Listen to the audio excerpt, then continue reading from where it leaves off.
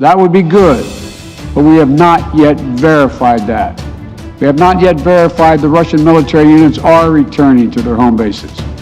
Indeed, our analysts indicate that they remain very much in a threatening position. And the fact remains, right now, Russia has more than 150,000 troops encircling Ukraine and Belarus and along Ukraine's border. An invasion remains distinctly possible. The United States and NATO are not a threat to Russia. Ukraine is not threatening Russia. Neither the U.S. nor NATO have missiles in Ukraine. We do not have plans to put them there as well. We're not targeting the people of Russia. We do not seek to destabilize Russia. To the citizens of Russia, you are not our enemy. And I do not believe you want a bloody, destructive war against Ukraine, a country and a people with whom you share such deep ties of family, history, and culture.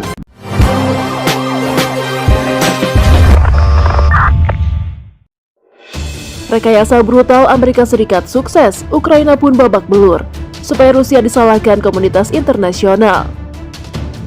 Galen Carpenter, mantan Direktur Studi Kebijakan Luar Negeri dan Wakil Presiden untuk Studi Pertahanan dan Kebijakan Luar Negeri, Cato Institute, membocorkan tentang kekejaman rekayasa Amerika Serikat di Ukraina. Rekayasa Amerika Serikat lewat penjualan senjata berharga murah dan juga melatih militer Ukraina selama bertahun-tahun ini juga sudah terjadi di Georgia.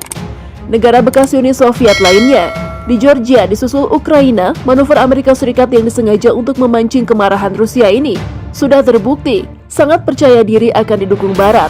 Georgia dan Ukraina akhirnya babak belur dan ternyata ditinggalkan oleh Amerika Serikat. Ketika Rusia akhirnya tak tahan menahan kemarahan, kemudian menyerang. Invasi Rusia ke Ukraina sejak Kamis 24 Maret 2022 terbukti tak lepas dari kebrutalan rekayasa Amerika Serikat dan sejumlah negara dari aliansi Pakta Pertahanan Atlantik Utara atau NATO yang dipimpinnya. Alih-alih penjualan senjata dari Amerika Serikat ke Ukraina serta pelatihan terhadap militer di negara itu telah lama memicu kemarahan yang sempat ditahan oleh Presiden Rusia, Vladimir Putin. Manuver Amerika Serikat itu sangat gencar di era Presiden Donald Trump dan lumayan di era penerusnya, Joe Biden. Padahal, Presiden Amerika Serikat sebelumnya Barack Obama sudah lama mengetahui bahaya itu. Obama menganalisa bahwa penjualan senjata Amerika Serikat itu cepat atau lambat akan membuat kemarahan Putin menjadi tak tertahankan. Demikian analisis Ted Galen Carpenter, mantan Direktur Studi Kebijakan Luar Negeri, Cato Institute 1986 hingga 1995 dan Wakil Presiden untuk Studi Pertahanan dan Kebijakan Luar Negeri, Cato Institute pada 1995 hingga 2011. Menurut Carpenter, dilansir Suara Pemred dari laman Cato Institute, 12 November 2021, Obama sudah memahami bahwa penjualan semacam itu hanya untuk memprovokasi Rusia dan memicu konflik bersenjata. Itu sebabnya Obama menolak melaksanakan transfer senjata ke Kiev, meskipun Undang-Undang Kongres Amerika Serikat mengizinkan langkah itu. Sayangnya, penerus Obama, Donald Trump, tidak sebijaksana atau berhati-hati. Terlepas dari desas-desus yang menyebar bahwa Donald Trump lunak ke Rusia, pemerintahannya ternyata melakukan banyak penjualan senjata ke Ukraina, kata Carpenter. Bahkan pada 2017 dan 2019, paket itu termasuk rudal anti-tank Javelin yang canggih disusul protes keras Moskow. Penjualan senjata dari Amerika Serikat yang harganya murah mungkin karena rusak yang serupa terus berlanjut di bawah pemerintahan Biden. Ukraina kian sombong akan dilindungi Barat. Sibuknya Amerika Serikat dan NATO-nya mempersenjatai Ukraina dan terlibat dalam tindakan lain telah mendorong para pemimpin di Kiev untuk percaya diri. Para pemimpin Ukraina yakin bahwa mereka memiliki dukungan kuat dari Barat dalam konfrontasi dengan Rusia dan separatis dukungan Rusia.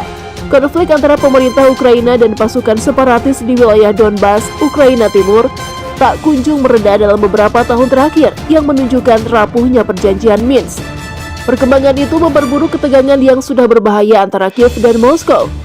Ada spekulasi yang berkembang ketika itu bahwa Rusia bahkan kemungkinan akan meluncurkan invasi ke Ukraina. Para pemimpin barat mengejar strategi sembrono yang menghasilkan peringatan yang semakin tajam dari pejabat Kremlin, kata Carpenter.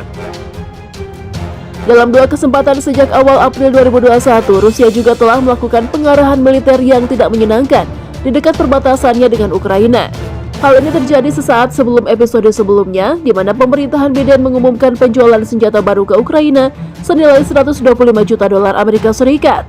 Meskipun transaksi itu ditunda sementara pada Juni 2021, 60 juta dolar Amerika Serikat dari paket itu dikirimkan selama kunjungan Menteri Pertahanan AS Lloyd Austin ke Kiev pada akhir Oktober 2021. AS bukan satu-satunya anggota NATO yang telah membuat penjualan senjata yang tidak stabil ke Ukraina. Turki pun melengkapi militer Ukraina dengan drone. Dan pada akhir Oktober 2021, pasukan Kiev meluncurkan serangan drone yang menghancurkan baterai artileri pemberontak ke Donbas. Moskow pun mengeluarkan protes keras tentang eskalasi ke Ukraina dan Turki. Rusia pun mengerahkan pasukan yang baru Rusia ke dekat perbatasan Ukraina disusul pernyataan Blinken bahwa Rusia mungkin akan melakukan pengulangan serangan militer pada 2014. Ketika itu, pemerintah Putin merebut Crimea, kemudian memberikan dukungan militer untuk separatis di Ukraina Timur. Penjualan senjata hanyalah salah satu komponen dari dukungan yang berkembang untuk Kiev dari Amerika Serikat dan beberapa negara anggota NATO lainnya.